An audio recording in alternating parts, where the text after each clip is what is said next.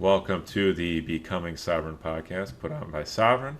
As always, I'm your host, Brandon Karpeles, and I'm going to start out reading the boosts from the episode I did with Eric FJ and Conduit.market. And Eric actually himself zapped the episode 1111 sats, a palindrome boost. And he said, "Thanks so much for having me on again, Brandon. Had a blast. Great rip." And yeah, right back at you, Eric. It was nice to have you as the first return guest, and maybe we'll start doing some more of that here as we get out in the future. And then Code, who I gave a nice shout out on the Eric FJ podcast for all he's been boosting the show low this 1 year, and just thank you, Code, for continuing to support the show. And that was 1,000 sats from Code saying appreciate you, and appreciate you as well.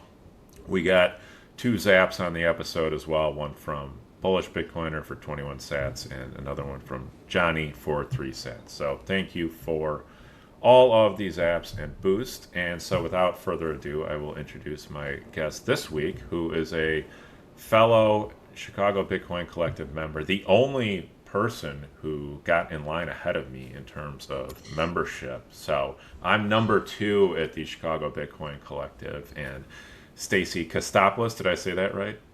Right. Okay, nice. My last name sounds Greek, but it's actually Austrian, and so I've I somehow. literally was thinking about that before I got on. I'm like, did I ever ask him if he's Greek? Because it sounds Greek. It sounds very Greek, but yeah, technically it is Austro-Hungarian. So I've learned how to pronounce some Greek sounding last names just because of my last name. So, Stacy, welcome. Thank you so much for coming on the show. You also may know her better by her pseudonym, I guess, her podcasting name, the Bitcoin Nova, as well. So, Stacy, thanks for coming on. Thank you so much for having me on. I'm excited to have a chat today. Yeah. So you became the first member at the Chicago Bitcoin Collective, and you have been doing haircuts out there for members, discounted haircuts, and you also run your own haircuttery salon, I guess you could call it. And I believe I've been in there. I've got my hair cut there. I need to come back, by the way. My hair's getting way too long here. But I believe it's a family business. Is that correct? It's, Yes, it's me and my mom. We've, yeah.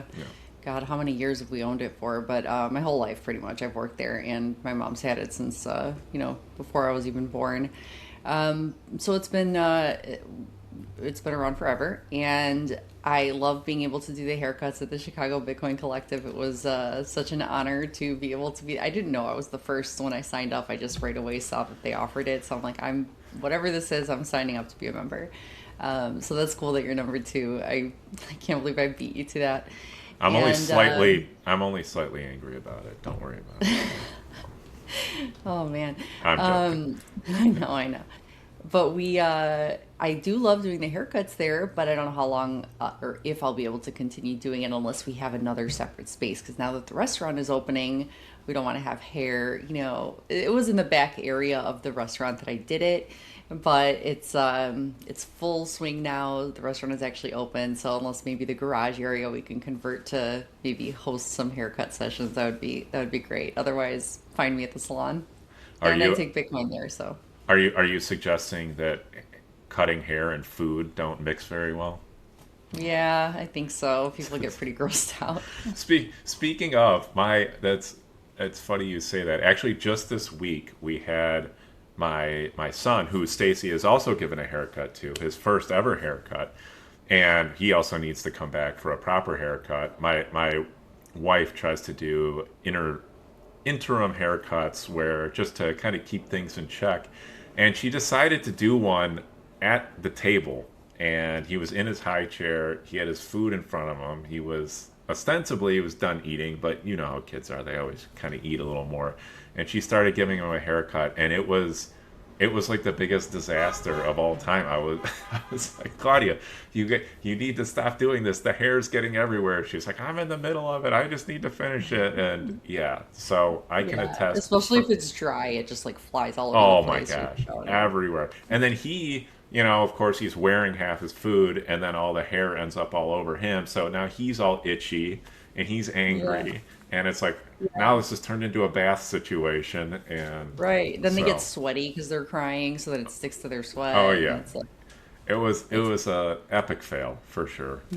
So I definitely mixing hair and mixing food not good. But that being said, yeah, I mean I think out in the garage that might be a cool idea. I We have like 19 ideas for that garage, so there might oh, be I a know. lot of things You going talked about on. But like I think they already have a soldering station upstairs, but they were talking about doing some more building in the garage or possibly having a podcast space there. There's definitely area upstairs to do some stuff like hosting uh pretty much a speaker, and recording that, but it's not really like a closed space. So, yeah, they've had all sorts of ideas for the garage. I'm excited to see whatever they build with it.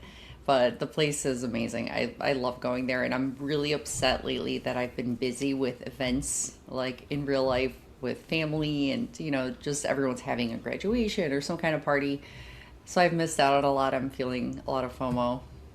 yeah, I mean, there's a lot of events, and I've definitely missed out on a few too. And trying to balance getting out there, being supportive, being a part of it, and I mean, it's fun too. It's not like a chore, you know. It's Hmm. not something. Oh, I need to show up to this. It's a great time, and it's fun connecting with Bitcoiners. But um, it turns out there's other things people have going on in their lives as well, and so just Right.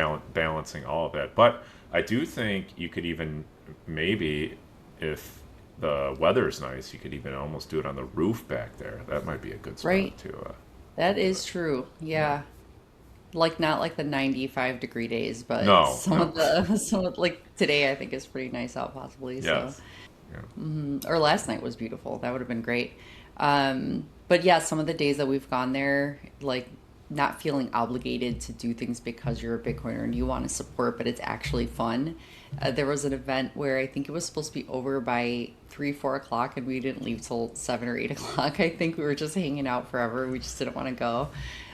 So it ends up being so much fun, and the people are awesome. We've met such great friends there. I remember that one. I think that was the open house. Yeah, Yeah. definitely stayed way longer than was on the schedule for sure. Hmm. So why don't you talk a little bit about the hair studio, you accepting Bitcoin there, and I have some more questions on that front. I'll let you Hmm. start there. So Yeah, I mean, my mom's all into Bitcoin. She doesn't understand it, but she just knows it's good, So she likes what I'm doing with the podcast. She hears me talk to customers about Bitcoin all the time, so she's absorbing information, So the good thing is now that I have the channel and I could refer people to the channel, I hear her randomly telling people, uh, like yes, for example, this past week some lady was talking about investing and losing money investing, and she goes, just buy Bitcoin. So love it. that made me proud just to hear her telling people that without me having to jump in. But when it came to the Bitcoin payments, she obviously has zero idea of how to get started, and it's me, her, and a couple other barbers at the salon. um, but again, it's family owned, so it's pretty easy. The men, that the barbers that work there, they take their own funds from their clients, so it doesn't go through the same channel as me and my mom do. So we are able to use the Square payment system for the business, for our clients. So I was really excited when I heard that they were implementing Bitcoin payments, but I didn't realize it had already been going on for a full year before I found out about it. I'm like, where have I been? I feel like I'm, again, first member at Collective. I think I should have known about this. How did I miss it? So when I heard about that, I decided to order the Square system, and it's been so much better than our old system for 1,000 reasons. It's streamlined, it's easy. My mom could learn everything in a minute without me having to stress out about teaching her a new, because it's all integrated. It's the booking system, the payment system, and everything is together. So I love it. I think it's been really great. And then when it comes to Bitcoin, you can choose how much of it you want to convert to Bitcoin as a business. So I love that you can choose anywhere from a small percentage, I think up to 50% of your earnings in Bitcoin automatically at the point of sale. So all they have to do is really tell us that they want it. So you were, again, for your son and for yourself, you paid in Bitcoin, which was amazing. And it prints you out a Bitcoin receipt. You just have to say you're paying in Bitcoin, and we choose Bitcoin instead of, credit card or whatever. It does automatically. So that's what I find confusing sometimes. I've gone to other businesses that have Square payment systems, and I've told them, I feel like just asking, do you accept Bitcoin? And thinking that if they don't want to yet, then it would just get them thinking, well, there's people that want to pay in Bitcoin.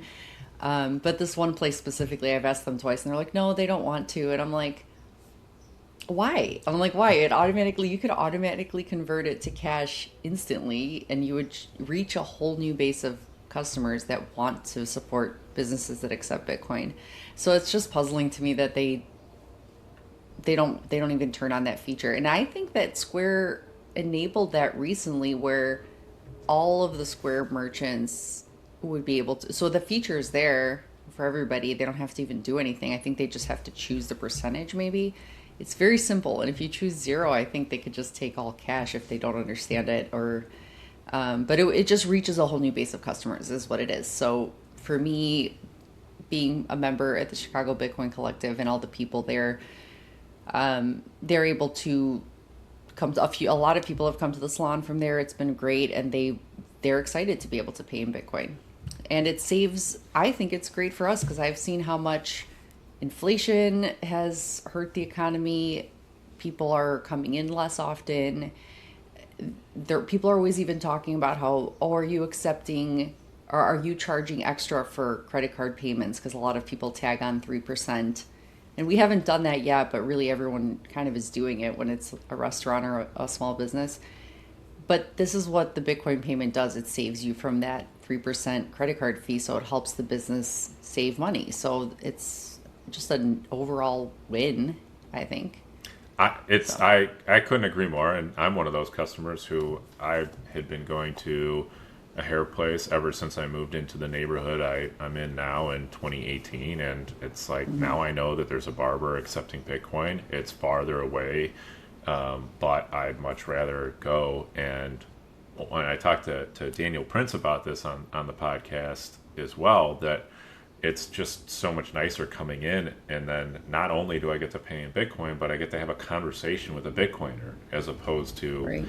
having to pretend to care about the bowls or whatever new guy the White Sox got, or whatever, or listening to horrendous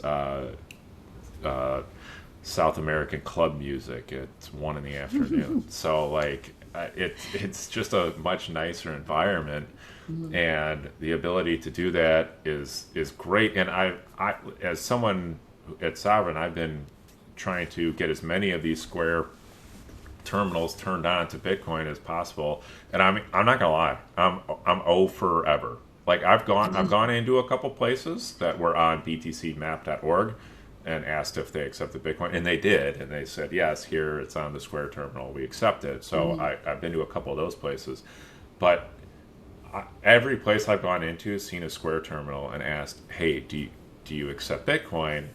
No, we don't. And then I'm like, well, it's just a one toggle button, and they don't want to deal with it. And so I have had horrendous, I don't even want to say luck, just outcomes. I've tried so many times, and I do also think that I love Square, and I actually know the Square reps in Chicago, and we're actually trying to do some stuff with them at the collective, and maybe eventually even out at your place as well. So I mean this with all due respect, that I really appreciate what the company's doing, what they built, the opportunity they're giving to business, and it's going to take time to integrate and people to figure out how to turn it on, and more people asking, and I get all that. But I do think the messaging has been a little bit misleading about the ability to just pay in Bitcoin. If you're a Bitcoiner, you go in anywhere with a Square terminal, you can just pay in Bitcoin, and that has Hmm. not been the case. And Right. my guess is it Yeah, I has. think they should just flip the switch, automatically turn it on for everybody, and be like, hey, if you want to pay in Bitcoin and you're using Square, um, allow the people to choose that option on the screen. Don't ask the business, you know what I mean? Yeah, Because it's like you have to ask, they have to ask me to pay in Bitcoin and I have to right. tap it. But Yes, from the consumer end, they should be able to choose Bitcoin, pay it, and then if the business hasn't turned on the feature to accept any of the Bitcoin, it will automatically convert it to cash for them. So I don't know. I just think of the Jerry Maguire meme where it's like, help me help you. I'm trying to save you money on fees. Like, this is, well, I don't get it. and that's kind of what they were representing, that the case was that you could just go pay in Bitcoin and then it would just come Hmm. to.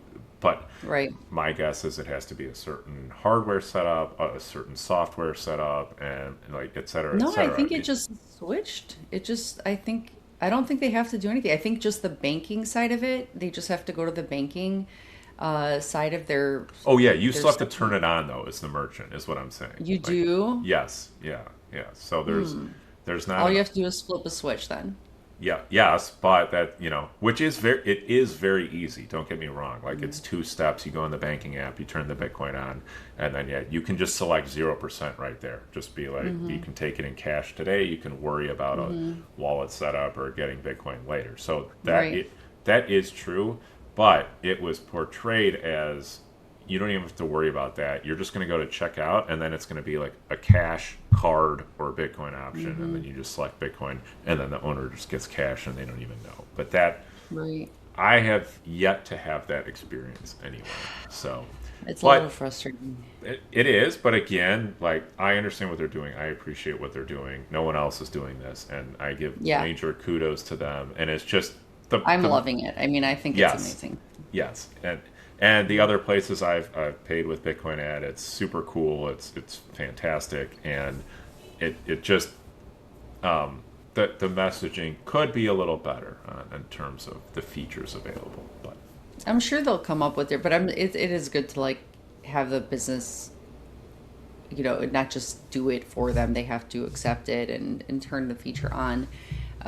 But yeah, you're right. Nobody else is doing this. This is amazing to have. I'm so happy to have it. And I don't know, part of me just thinks that because I love the place that I go to when I've asked, because it's this little sushi place that I like. But there's other sushi places, and I almost feel like being like, hey, calling and just trying to place an order and be like, do you accept Bitcoin yet? And they're like, no. Okay, then I'll try another one. So they could yeah, just be like, maybe I would have gotten that customer if I was able to accept Bitcoin. Like, what the heck?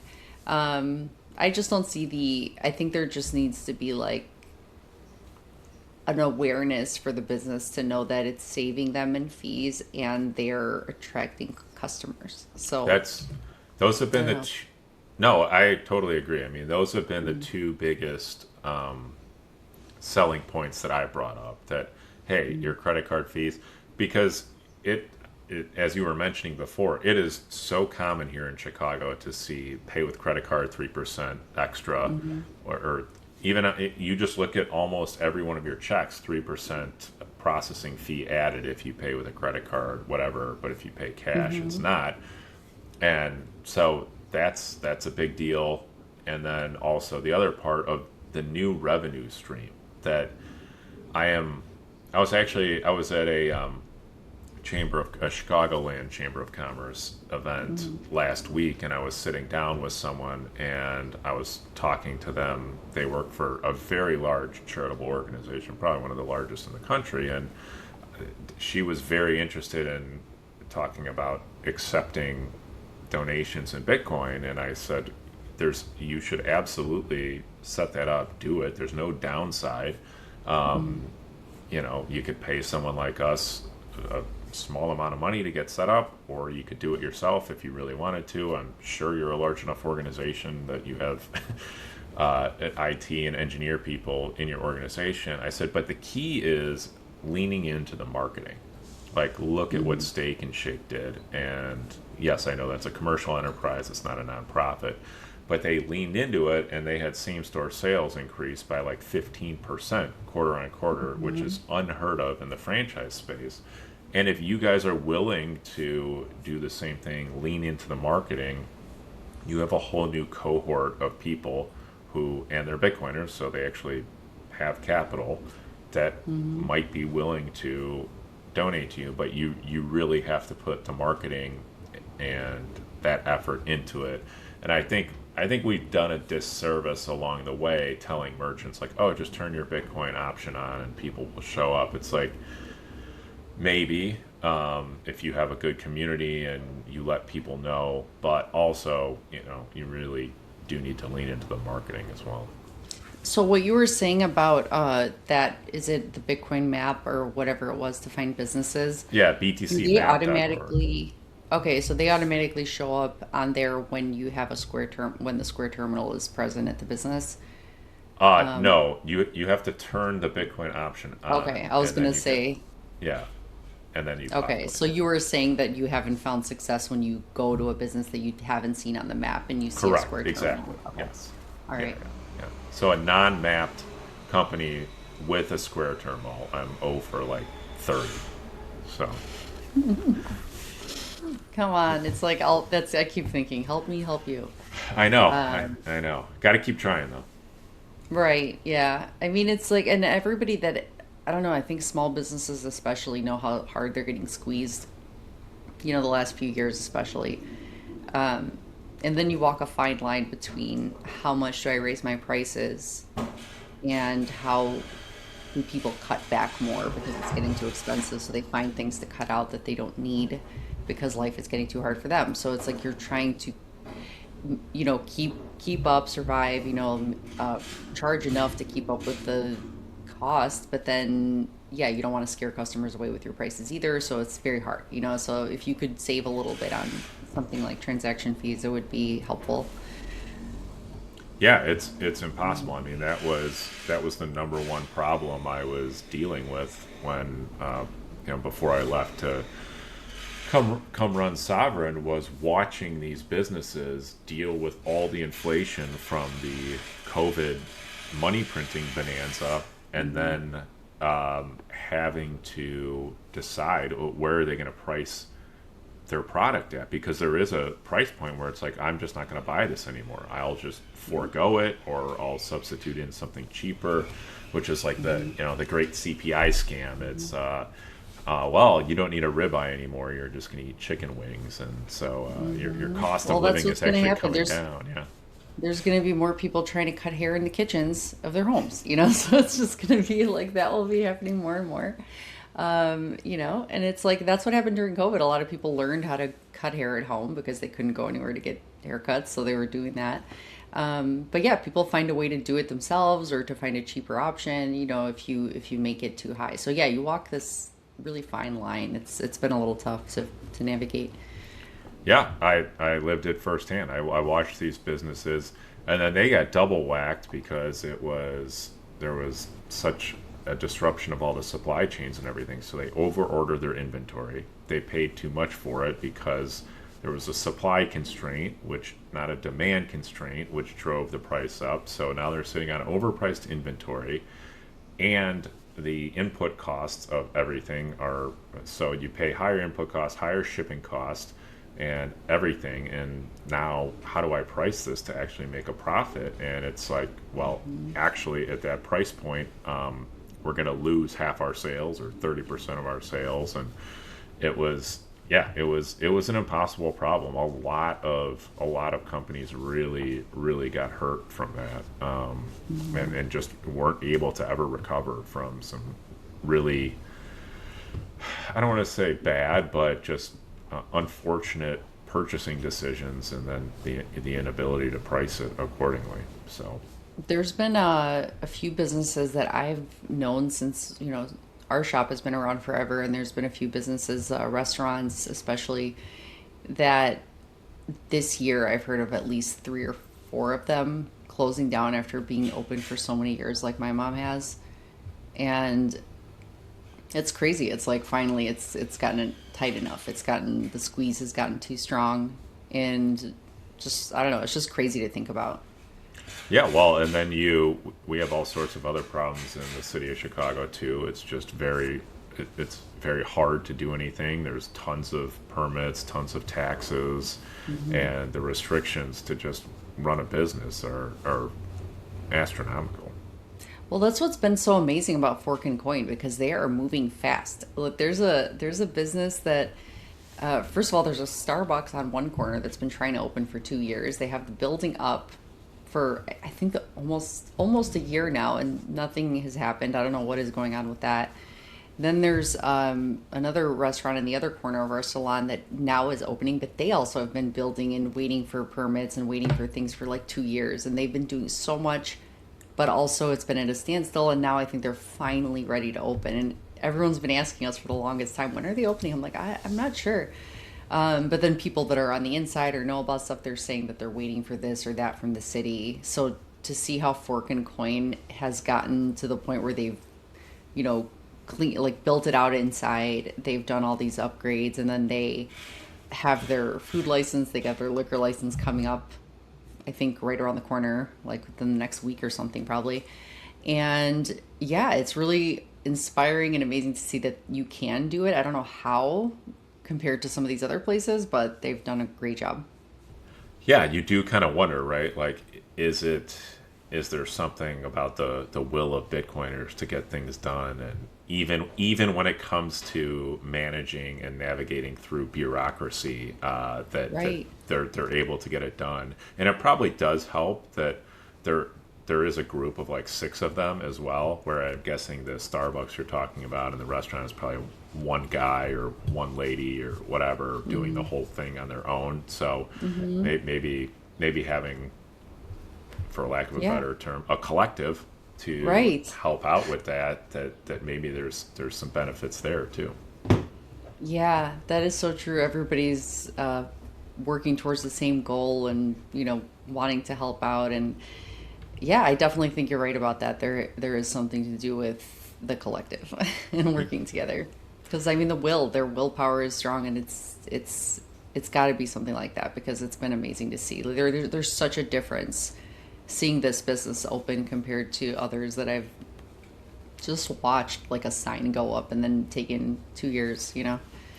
Yeah, well, you can also feel the passion and the care that everyone is so excited about it, so dedicated Hmm. to it, and there it's just a joy to be around them as they build, as they do that. It's almost like the hard work and all this stuff is enjoyable to them as opposed to Yeah.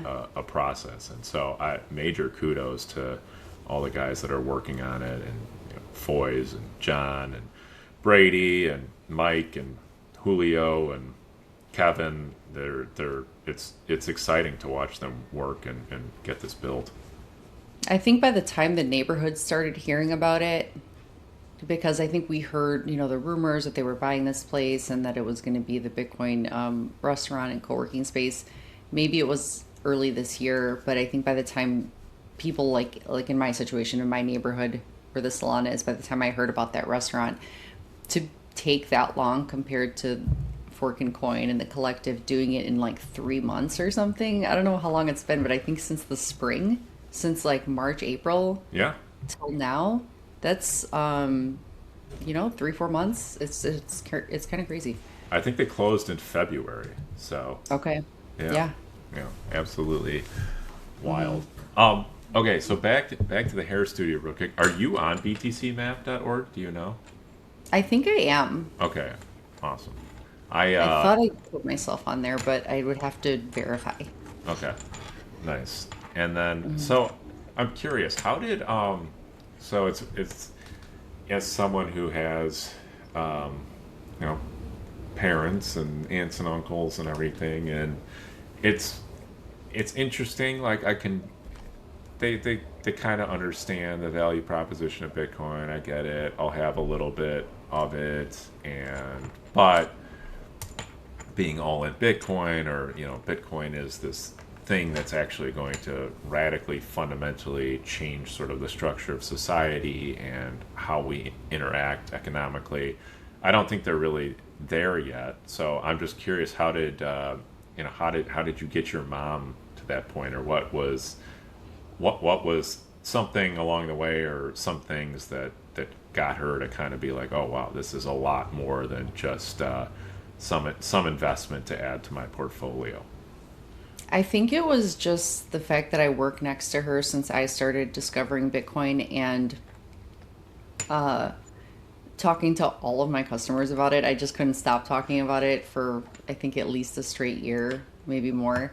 Um, and then just hearing people, and my mom, like it's like she's got her own conversations, but she works right next to me, so she's hearing everything I'm talking about for all this time, so she's just getting fed information.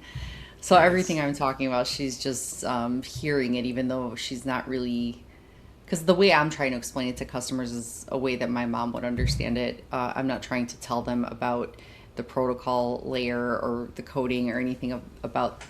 I'm trying to simplify it, So the way I've kind of like I wait for customers to ask questions.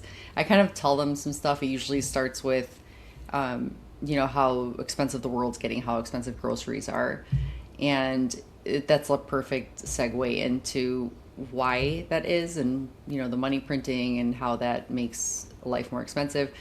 And then I talk about how Bitcoin's different, and then I just wait for them to kind of ask questions. So my mom's heard all that, so I feel like she's been around me long enough to understand enough to know that I know what I'm talking about and I've done the research. So she's like, and then people just like, I don't know, I've heard people say like, wow, you're really smart. I'm like, well, I'm just able to tell you what I've learned. And I really have learned a lot about this thing because it's life changing. It's definitely, we're living through a huge shift in something that we've never had before. This money system that's new and decentralized. So they just think that it sounds great, but then I don't know how many of them leave the shop and actually, because they have to still take their own steps. They have to do their own research. My mom doesn't have a choice. I'm like, hey, we're accepting Bitcoin. She's like, okay.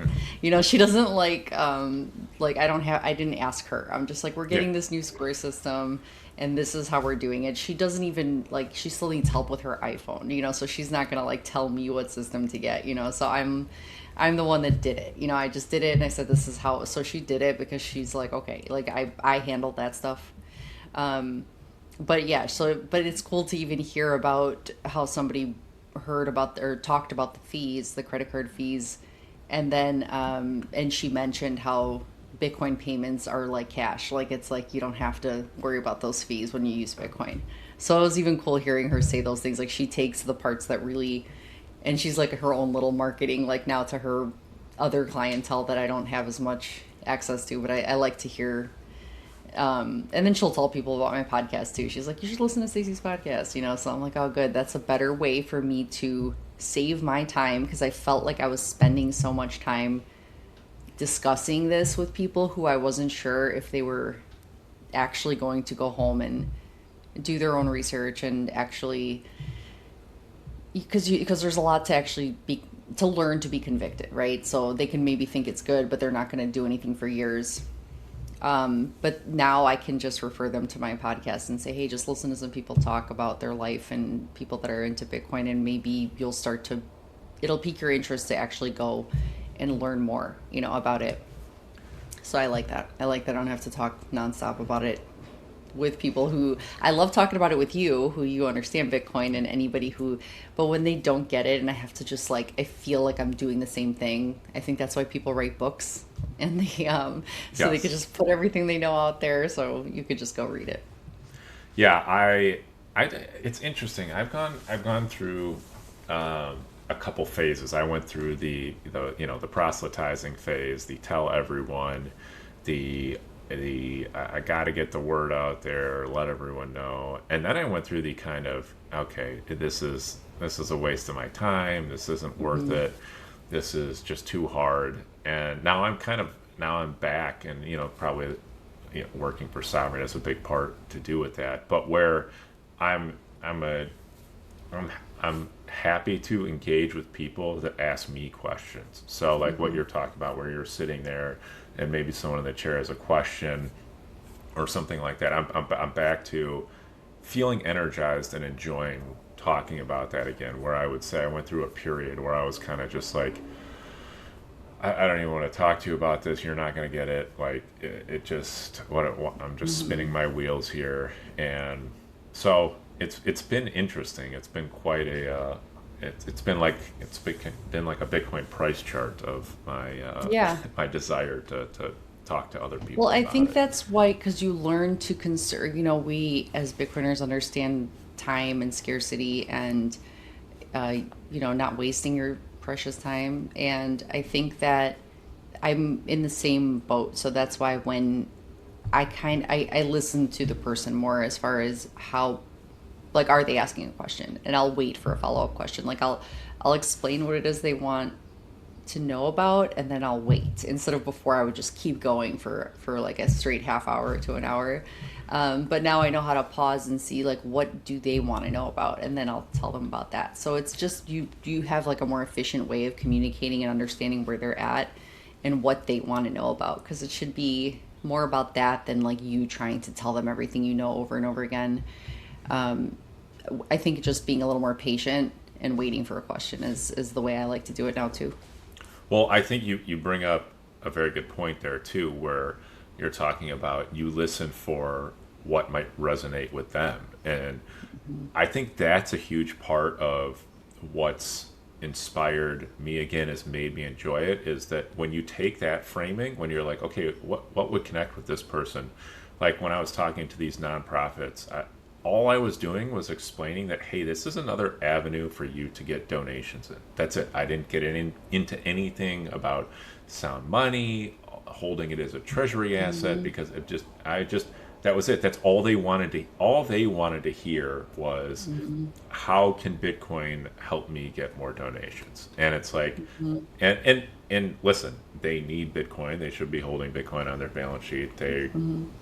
A lot of these nonprofits hold way too much cash, and that's a whole separate conversation. But the person I was talking to, they didn't want to hear that. Right. So now you're engaging in more of a service, like a servant's attitude towards the other person, as opposed to a selfish. And I think when you're going through that phase where you're trying to tell everyone about it, it's because you're being selfish. If you actually Mm-hmm. looked back and examined your reasoning for it, it would be like, well, I want to be right about this. I want to say I told you so. Like, see, guys, shouldn't you listen to me? I'm the smartest guy in the room. Mm-hmm. And that's like just a horrendous way to go about things, and to a terrible, you're gonna make yourself miserable doing it that way. And it's like, well, of course, when I'm trying to Mm-hmm. serve myself in these situations, I'm not having a good interaction with someone else. And now if I can Yeah. flip it and like, how can I serve you? Well, now we Mm-hmm. can have a good interaction because you're actually getting something out of it. Now you want to hear from me, and Mm-hmm. now you're going, okay, please tell me the things that I would like, these questions I have, please answer them for me. Yeah. I know people don't want to feel like, even if we are right, we are right, but I just think that even if there are so many people in the world that you hear, especially in a place like a salon, where every 5 minutes somebody knows everything there is to know about a certain topic. So you're just like, you're just another one of those people who thinks they're a doctor, or thinks that they're a politician, or thinks that they know everything there is to know because they watched a couple videos or saw some influencer say it. So everyone's like, okay, you're just one of those. So you don't want to sound like that. You don't want to sound like a know-it-all, because I think the people that know everything are usually the ones that you're like, Know the you least. Yeah. yeah, like like even us as Bitcoiners, we're always learning about stuff. We're always curious. We're always building. We're always, and I think that that's the type of thing you want to know how to reach somebody. You shouldn't just try to be pushy, because being pushy sounds like those types of people. Um, Aggressive, and sort of the energy that people try to avoid mainly. Well, it's a lot of projection, right? Like, you pretending to be this know-it-all, inherently you're uncomfortable with even your level of conviction about it. You to your point, you just heard an influencer, or you saw something, like, your knowledge is very surface level.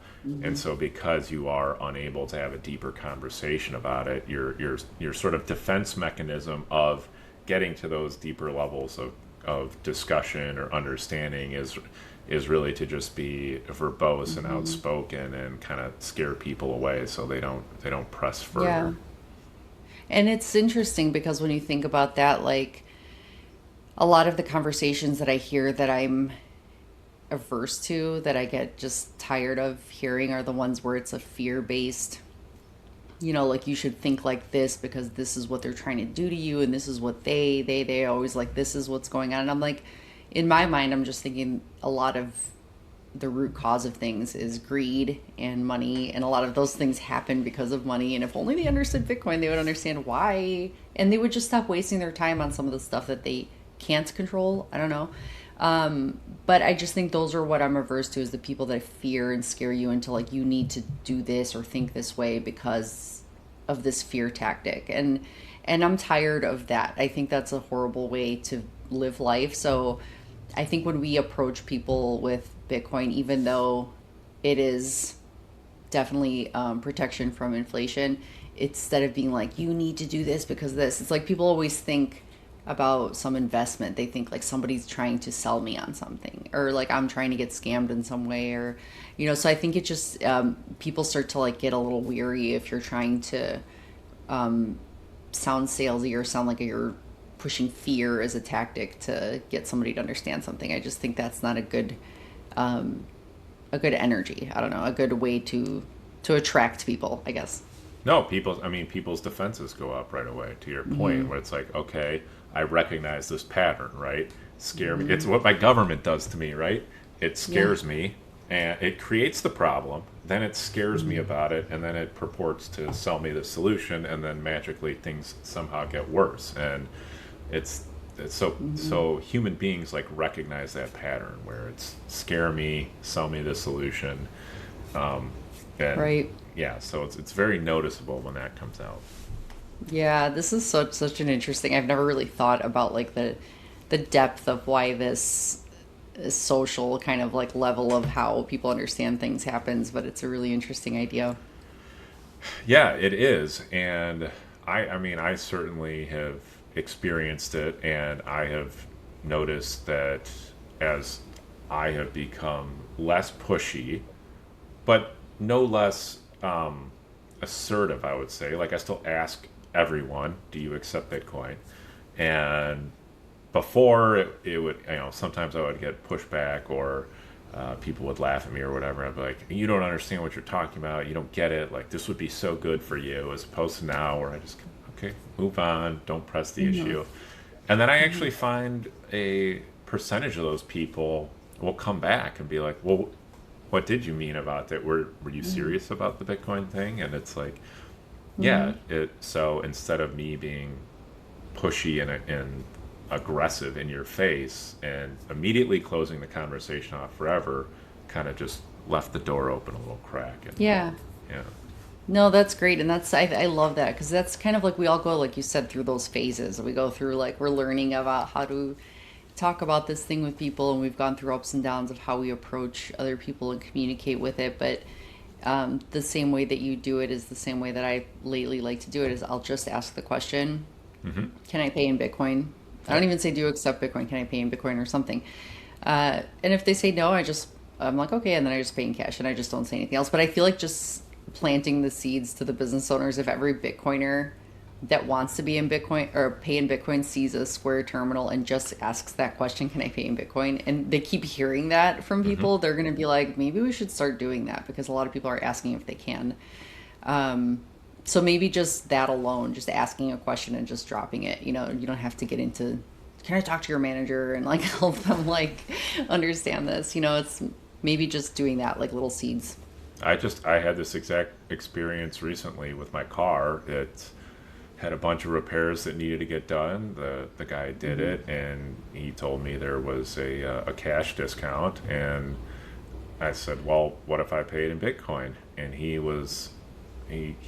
laughed, and I didn't say anything, and he was like, "Okay, I'll have the car ready for you at this time." And I sat there, and I was like, so he said at the end of it, actually, he laughed and he said, "Okay." And so it's like, well, is he actually okay with me paying in Bitcoin, or is he like, we're just moving on? And so I just said, you know what, I just better bring the cash to be But that's the safe. same, that Yeah. is such a good thing because when you think about, hey, we charge 3 point something or whatever, 3% extra for your meal today at this restaurant because you paid in a credit card. Well, if I pay in cash or Bitcoin, I should get this price. It shouldn't just be cash. It'd be like, if you pay in cash or Bitcoin, because that's digital cash, it's virtually no fees, so I would definitely accept Bitcoin for no fees versus because the credit card takes, it definitely, it should be together with cash.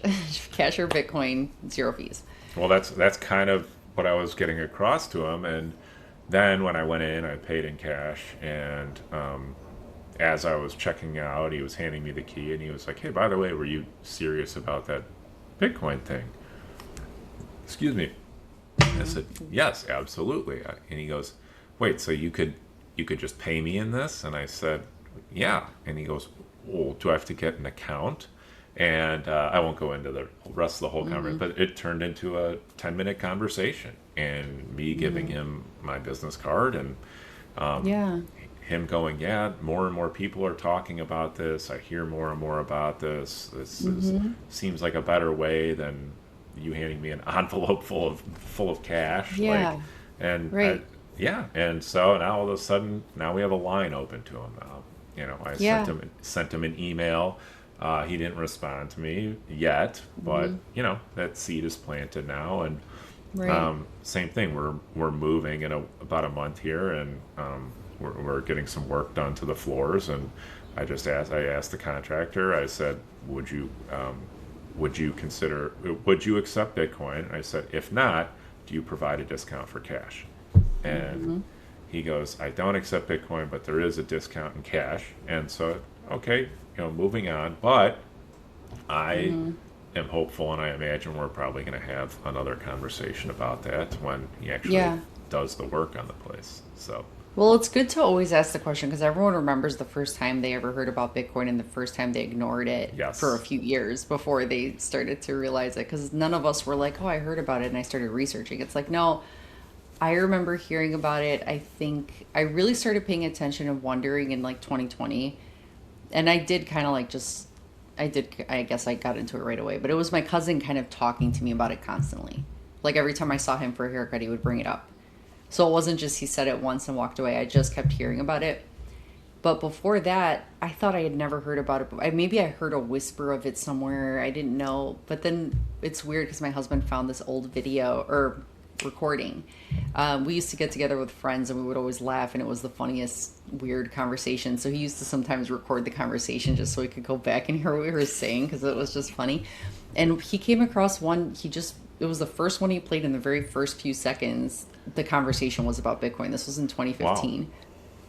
And they were like, that's "What is wild. this? Is it, and it was so crazy hearing that and it was four of them and me, and they were all talking about what is this? I heard somebody sold it for this. Is it credits? Nobody understood what it was. It uses computer energy. The computers have to be incentivized to do this thing. And it was just this type of conversation. And I was just like, okay, guys, can we press play on whatever we're watching? Again, stop talking.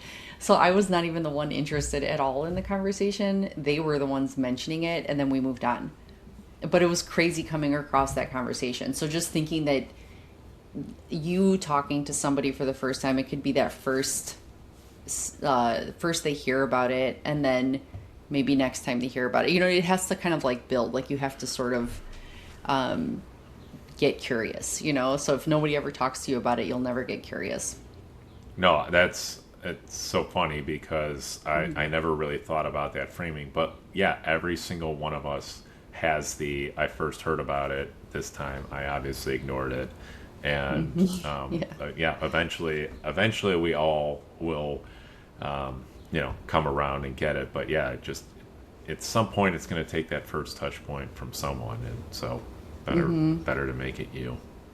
Yeah, right. Yeah. And then somebody not aggressive who's going to be Yes, right. like keeping you hostage until you hear them out, Yeah. for the for Yeah. a long time. Well, and another thing about that is is sort of like these purity tests and everything that you ignore. Like basically every decision you can make in Bitcoin has a trade-off of some sort, and like you're almost you're almost locking people out of the ability to think for themselves about the trade-offs they want to make or what's important to them or what matters to them, because you're like, this is even, I mean, I'll see people on social media saying like, you have to do your setup this way, this is the most secure, and it's like, I disagree with you that this is the most secure. I think this setup is, so getting yourself locked into these positions that it coming at people very aggressively saying like, you have to do it this way, this is the only way to do it, you're almost robbing people of their agency and their autonomy, and you're turning yourself into like a central planner, a controller, and not letting people make their own decisions because you think it should be used in a certain way. And of course that's super off-putting, and it probably, and not probably, definitely not how we should be operating as people who like to proclaim sovereignty, autonomy, and control of your own life.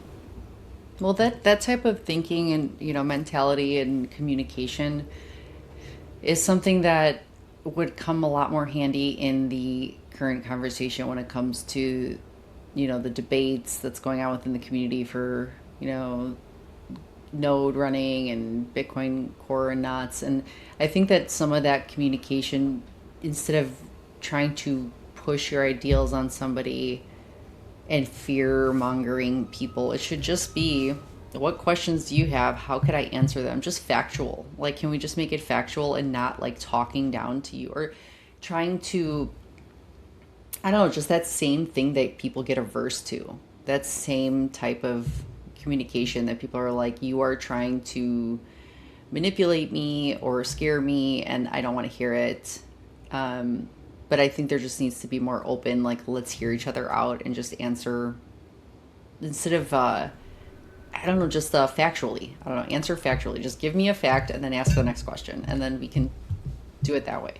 Yeah, or like, listen, it's a free market. Do whatever you want. Do your fork, and then let's see how people respond. Like Right. Yeah. it's if your idea is so great and so important to everyone, well, if it matters, like then they'll adopt it. If not, Right. then it won't get adopted. Like Yeah. it's. I So think true. I think a lot of people have this idea that if they don't do something, if they don't save the network, that they're not some sort of knight in shining armor, that the network is going to collapse or something, and then we're going to look back 50 years from now and be like, oh, Bitcoin failed because we didn't Right. do this one Yeah. thing that a small Well, group then of that's the people. thing. Yeah.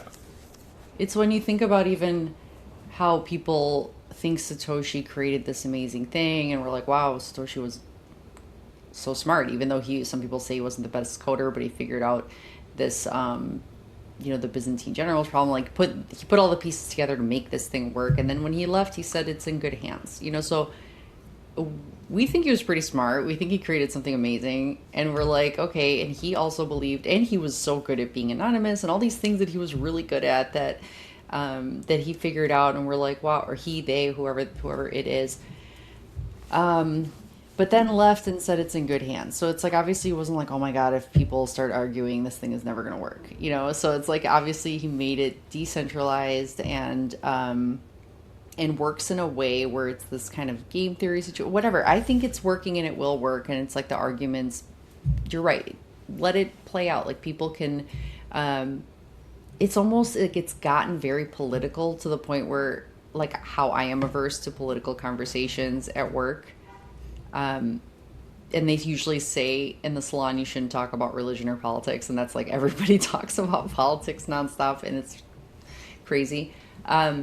But I think that that's what this community lately has sounded like, on Twitter, at least. It's like, very political. And I think that why don't we just keep politics out of it? If you decide to do it, go do it. And then maybe we should just stop talking about it so much. That's exactly what it should be. Here's our presentation for why we think it's important. We're going to see if other people agree with us. And it's almost turned into like a Spanish Inquisition where it like we're not getting the amount of support we wanted, therefore we're going to force you to convert at sword point. It's and It's like campaigning, like they're like doing Twitter Spaces yeah, campaigning for their political side. right. And at the end of the day, I heard NVK, I think he was on Marty's podcast, and he was talking about how he still runs Core 19, which I don't necessarily recommend that everyone do, but he's like, it just works. The network just works. And that's kind of how I feel too. Like the network just works. I run a node, I can verify my own coins. If I need to send an on-chain transaction, I have a buddy who is a high stakes poker player, and he was in a situation where he was traveling and he needed some money to play in a game, and he's like, the guy takes Bitcoin.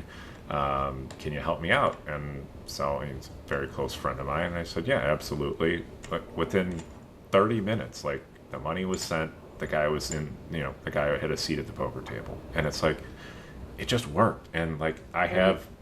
I have a lightning channel where I pay for all sorts of goods and services with from people selling stuff at the collective, from of getting a Hmm. haircut, from buying uh, just goods from different places, from all the different shops that I talked about on the episode with Eric FJ from Conduit Market. All those stores I buy from, and it just works. I go to conferences and they have BTC Pay server set up, and I can buy drinks and buy coffee and buy a sandwich and pay in Bitcoin. Like it all just works, and yet somehow like I just think people are just bored. People are Right. they're just they can't accept the fact, like they've put so much of their personality and their value system into Bitcoin that they're unable to sort of step away from it and just be like, I have a better money now. Hmm. Now what am I going to do? And Right. it's like just talking about it, just living your life the way you do, it's just not enough. It's like I must do something to effectuate Hmm. something, or I'm somehow like not living up to what I'm supposed to be doing. And maybe that goes back to, our the beginning of our conversation where it's talking about being of service or being selfish, because it sounds like it's a more ego-driven Yes, reason, yes, and you are just having to talk and say everything you know and let people listen to you, and but maybe like that stepping back and hearing other people's questions and doing it more of service instead of for yourself, like trying to, because you feel like in Bitcoin we always talk about this ego death, when you discover Bitcoin, because you have to realize the way that you thought the world was is not the way it is, and kind of remove yourself from all the things you believed, because it's hard to do. You have to break down and realize you were wrong about so much, and that's a hard thing to do. So that ego death is kind of just not something that, when it comes to this, has happened. I think for a lot of people, they're just very much built an ego around all the time they've spent doing one thing or another. So it's hard for them to drop it, and just open up. that's so true. It's funny, I didn't even think of that angle at all, but like that's exactly what it is. It's I would like to satisfy myself by showing off how much I know. I will save the network. I'm going to, glorify myself, and of course ostensibly they'll say, oh no, it's to save the network and preserve humanity and make sure there's money. But at the end of the day, it really is. I want the guts, and I want the glory, Yeah. and I want to be seen as important and matter in Bitcoin's history, because so much of my personality is tied up in this thing. Yeah, it's interesting. And yeah, instead of just having to be needing that validation, like Satoshi didn't need anyone to know who he was. Like he's just somebody, but he was nobody that anyone knew in real life, So um, that was like the ultimate, like not caring if anyone gave him recognition or glory or anything, and just literally walked away. So that's kind of like what we have to kind of remember. And he was such a selfless human or person, whoever this was. I think, even though some people, I don't know how many people you hear, they're like, oh, what if the CIA created it? I'm like, well, then great. I love the CIA, knew that there was some shit wrong with the dollar. They wanted to fix it. So I'm like, whoever it was, congratulations. They did a good job. Yeah, I mean the intelligence agencies that built a lot of the technologies that we use today, and some of them. I mean, cryptography itself was a military intelligence project that turned out to be really, really important for people to be able to preserve what little privacy we have left. So, yeah, the creator of it obviously doesn't matter. It's the functionality of it, and and yeah, I've as I've been on my Bitcoin journey, as you're wont to do once you start down that journey and really start changing a lot of things in your life, definitely one of the things I have found more and more is the more you do for others, the more you're rewarded back, and the more you try to do for yourself, the angrier, the more miserable, and the more hatred you're going to have. Like, it just leads to such a dark place when you make yourself the center of your life. It's so crazy. It's like 100% true. I mean, I just love that this is the direction it's taken, because it's stuff that we don't think about. Like, we don't think about how it matters how you communicate, and we don't think about just how that affects your life, in a good or bad way. So I'm much happier since I feel like I'm more of service, and I wait for questions. That makes me feel happier. I definitely notice that I'm not like drained after having a full-on hour-long conversation trying to convince somebody, not knowing if it even worked at the end of it. So I don't feel like my battery is depleted. It feels like I feel good about it afterwards. It's the opposite. Your battery feels charged up, and so, especially for me as an extrovert, I don't know. I think like the number one personality type of Bitcoiners is INTJ, and I'm an ENTJ. So so I get a lot of energy from interacting with people and going out. But to your point, you're exactly right. Like, I would find myself being drained of energy when I was like, listen to me, let me tell you why this is going to solve all your problems, and why you should be doing this, and listen to how much I know. And like, that was exhausting. Whereas now, I went to the event where I was talking to the lady from the nonprofit, and I spent a half hour talking to her, and I left out of there. I was like fired up. I was like ready to go, go get my day started. So yeah, it's a great way to live. I mean, honestly, it's and I kind of like, I feel I'll never go back. I think this is the point of the evolution of the Bitcoin cycle of teaching and talking about it, where this is definitely the way to go. I think when you get to this point, is that when you're considered, I don't know, not a maxi, but what would we call this? We should come up with a name for this. Is the type of it's like Bitcoin Zen, right? Yeah, right. Yeah, I think that's great. Where you're just kind of at peace, and you're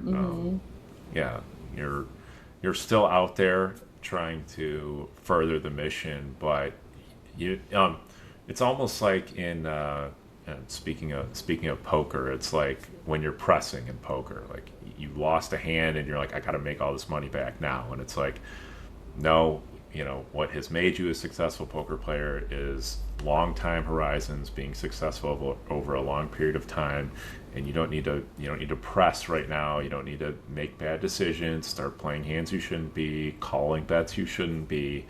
And it's much exactly like what you're talking about, where it's like you don't have to keep pressing, you don't have to keep forcing everything. It's like, relax, step back, let it come to you.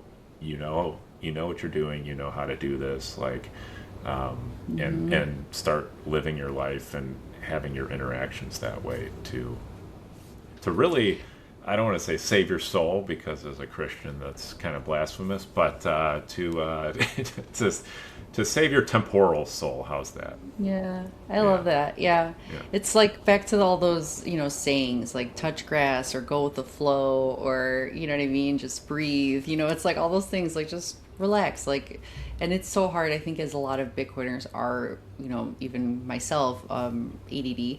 It's been a evolution to be patient. And I think podcasting has helped me with that, even though I still tend to jump in and I'm still getting better at waiting my turn and remembering what I was going to say next. This has all been practice, and I think it's helped me in real life to be able to share my thoughts, but also have patience and be a good listener. So all these things, I think podcasting is kind of a good thing for that. I couldn't agree more. It's completely helped me with my listening. I always struggled with that and have gotten way, way better at listening to people and being able to actually hear. I think it was, I was listening to someone talk, I forget who, and they were talking about politics and like, why can't Congress get along? Why is there no bipartisan? And the person was saying, well, like, no one's actually listening to anyone talk. They're just listening for when they're done so they can get their point in. Right. And like, no one's actually hearing what anyone else is saying. It's like, I just want to get my point out there. And then the irony of, well, you're not listening to them. So if you're doing that, what do you think everyone else is going to magically be Right. listening to you because you're not listening? So, Yeah. I see that with my kids all the time. Like, I'm like, did you even hear what I just said? I was just telling you something. You're like, okay, now can I say something? And it's like, that's like a childish behavior, yes. Yes. And when I think about, starting a podcast, I think about how I heard somebody, or saw somebody tweet the other day that Bitcoin podcasts are pleb slop. They said, and I was like, well, I think Bitcoin podcasts are a way to be Bitcoin Zen, and we are all bettering ourselves by doing this and becoming better Bitcoiners. Being able to be that first touch point for other people in real life in a non-aggressive way that is, and we've learned this through podcasting, and whether people like it or not, we enjoy our time and we're having a good time doing this, and we're bettering ourselves and being a better in-person Bitcoiner for people to see and interact with. So it's all good. Well, and listen, not all podcasts are created equally. Like some are pretty ridiculous, and I don't listen to them. And some are really, really good, and some are really deep and consider a lot of topics and get into many things and have taught me so much stuff. And so, a blanket statement like that, I would call that pleb slop, actually. Yeah, right. The All Bitcoin Podcast or pleb slop is pleb slop. So, Right. um, I it's, couldn't it's even, I was almost thinking, what do I respond to this? But I'm like, nah, I don't even know. What do you even now, say to that? well, I mean, that's one of the, and that's another thing I've gotten much better at too, is just walking away. It used to be like, if you said anything back to me, I was coming back to you, and now I've gotten much, much better at just, that doesn't need a response. Like, okay, It's it's almost just, because they want the response. of And then course. by not giving it, Yeah. it's more powerful, Yeah. to not. I'm just not going to engage with you on this because Yeah. it's just so ridiculous. Yeah, So, I know. I just thought it was funny. But I'm like, I love how, this is seeing how it's like affected you and how you see changes in interaction and communication. I've seen my early episodes compared to now, and even just talking with you today, there's been a huge change, and the change has reflected in real life. So I think it's been a positive overall experience. I feel so much better. I feel happier with every person I connect with and talk to, and we do cover these topics where you don't realize how the conversation is going to twist and turn, but that's my favorite thing. I love to just have the conversation and just see where it takes us. And sometimes it's hard even titling an episode because you're like, how do I title this? We talked about 85 different things that were all amazing. But I yeah. think that it's just very fun. Yeah, I think titles are weird. I think at this point, I was even thinking the other day, I want to start titling my episodes with just my guest name. This episode is with this person because it's like, what am I going to title it? One topic that we talked about for 10 minutes, you know? Yeah, it's So, true. I mean, mm-hmm. I have a buddy of mine. He's actually a member at the collective. Mike, I don't know if you know him or not, but he does our Yes, yes. yeah, he does our podcast editing, and so Mm-hmm. yeah, he's always trying to come up with a clever name. I appreciate it, and he Mm-hmm. enjoys it, but um, I don't think I would enjoy it as the person recording the episode. To your point, like Mm-hmm. I think it's, well, we touched on so many things, and maybe this topic was way more interesting. But Mm-hmm. for him as an objective, maybe you need to get a third party to name your episodes. Yeah, You gotta yeah. farm it out to someone who just looks at it, goes, all I right, here's what they know. talked about. Here's a title for it. But then when you think about a podcast like out of Bitcoin, when you think about other podcasts, you think about there's so many different types of YouTube channels out there, right? But when you think of something like Joe Rogan, it's like I don't even know. I don't watch it regularly or anything, but I'm imagining that his episode titles are probably the guest name. Yeah, Like, that's it. It just, yeah, it's not even a title. It's just Joe right. Rogan. Well, it's episode and then a number and then Yeah. the person's name. Yeah, Yeah, so I'm yeah, like, at this point, like sometimes I know that people want to be searchable because if you don't have a searchable title, then whatever. So you're trying to do these algorithms to get found. But I think that could be a lot with your YouTube description, with your SEO, like your tags and your keywords. So it's like sometimes it is about the people. We are connecting. So I don't know, I'm not sure, but I love writing different ideas about what I took away from the episode too. But you're right, farming it out sometimes is helpful because you spend a lot of time trying to think of these things. So it's all navigation, and I feel like we're always learning. So and it's actually fun, well, I was gonna say it. Here's the great thing: there is no right answer. So, right? yeah, you can experiment with stuff. You can try different things, and maybe even the Hmm. quote unquote right answer is not something you want to do, or Hmm. maybe the wrong Yeah, answer is something you want to do. So, you right. know, who knows? And I just think it's cool to be different, so everyone could do whatever they want. And, that's what's so nice about having all these different Bitcoin podcasts and perspectives, or anybody that's out there sharing content, I guess. But I just like conversations that get you thinking. I think of it as exercise for your brain. So I don't think of it as you're just watching some mindless channel doing something like, I don't know, like the stuff that kids watch. I like to hear about stuff and think about stuff that maybe you haven't thought about before because it helps your brain stay active. And I think that that's fun for me to feel like the sparks and have something like I don't know, just what do you call it? Like not proof of work, but just something that's just helping your brain. It's good for you as you get older too. I mean, Yeah, it's an exercise, like a brain yeah, exercise. Yeah. yes, because you hear about a lot of older people and they get Alzheimer's, and I see some clients come to the shop where they have a caretaker and they're giving them this adult coloring book, an or older person iPad where they could play. Like, oh, they're playing their games, and there's a customer that's 100 and she's sharp, like her Yeah. brain is sharp. So I think that things like that excite me. Like I like hearing different thoughts and ideas, and I think that that's what's fun for me. Just trying new things and everyone being different, and yeah, it's Well, fun. It's a good thing. Hmm. and you get the opportunity, right, to like talk to someone for, however long your podcast is, 45 minutes, hour and a half, 2 hours, whatever it is. Like you get the opportunity to tap into another human's brain for whatever period of time you would never get that. Even doing this, like even if we were at like a coffee shop, we'd probably be like, all right, it's a half hour, I got to get back, I got to do this, like this, like, so even just setting aside the time, you're like, if you went to a coffee shop or wanted to grab lunch with someone, like it's very rare where you're like, okay, I'm gonna have 2 hours available for this, I'm gonna have 3 hours. It's usually, I mean, I remember like when I was in the corporate world, it's like, all right, I got an hour for lunch. Usually only taking a half hour. Like, we're going to go do this. We're going to go back. And it's like, Hmm. even meeting a friend or something like that, most of the time you're not like, well, let's take out a whole, 2 hours. And then usually you're not even talking about uh, different topics or philosophies. It's a lot of it is just, hey, what's going on with your life? Like, I heard you're moving. How's the family? Which is Hmm. all great. Those are all good Yeah. conversations to have. Don't get me wrong. It's just a different Hmm. type of conversation, and Right. it's not one you get access to all the time unless you're really doing a podcast.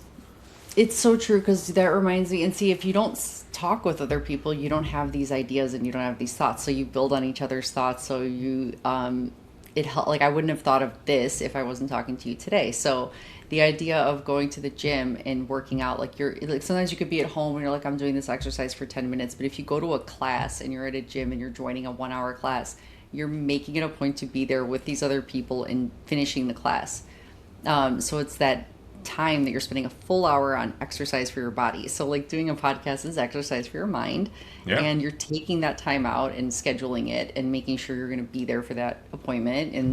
And that's what it is. It's literally that, but for your brain. It's really cool to think of it like that. I love it. It's great, and I think that's a good note to go out on. Unless you had anything else, you final No, thoughts, anything you wanted to get to before we wrap up here. I think it was amazing. I think it was a great place to end it because I feel like we've covered so many great topics about being Zen and doing this kind of stuff, like being of service. I loved it. It was a great conversation, and thank you so much for having me on. Yeah, and we'll like I said, we had our first repeat guest last week. Last week, 2 weeks ago. Oh, last week. Yeah, last week. So we'll start getting repeat guests again. So definitely many of the people I've talked to definitely want to have back on, and so we'll definitely have Yeah, to have you back on. And actually, thank you. I think we talked about your hair studio, but I don't think we ever gave the name. And so Oh, it's yes. Angie's Hair Studio. Yes, Angie's Hair Studio. Yes. Okay. So if anyone's in the Chicagoland area or in from out of town and wants to get a haircut while they're in Chicago, look up Angie's Hair Thank you. Studio, and you Thank you. And it's can. not far from O'Hare where a lot of people fly into Yeah. also. So, There you go. Instead of hmm. stopping for a shoe shine in the airport, you go get a haircut. And yeah. Right. Do you Talk guys do? about Bitcoin. Yeah. Do you guys do shaves? We do have the two barbers that do shaves. Okay. All right. All right. Hmm. Yeah. Yeah. So there are people there. Take care Yeah. of that. Yeah, Hmm. I've never done that. That's one of those things I've always sworn I'm gonna do, and I've never done. So, but Yeah, it would be nice.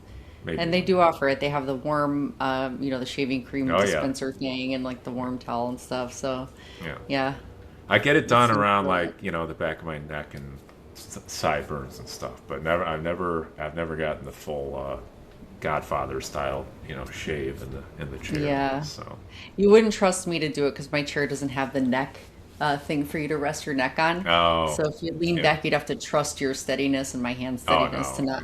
no. So Oh, that wouldn't be good. I might trust your steadiness, but definitely not mine. There's no way. There's no way Yeah. my neck's holding out that long, for sure. Right.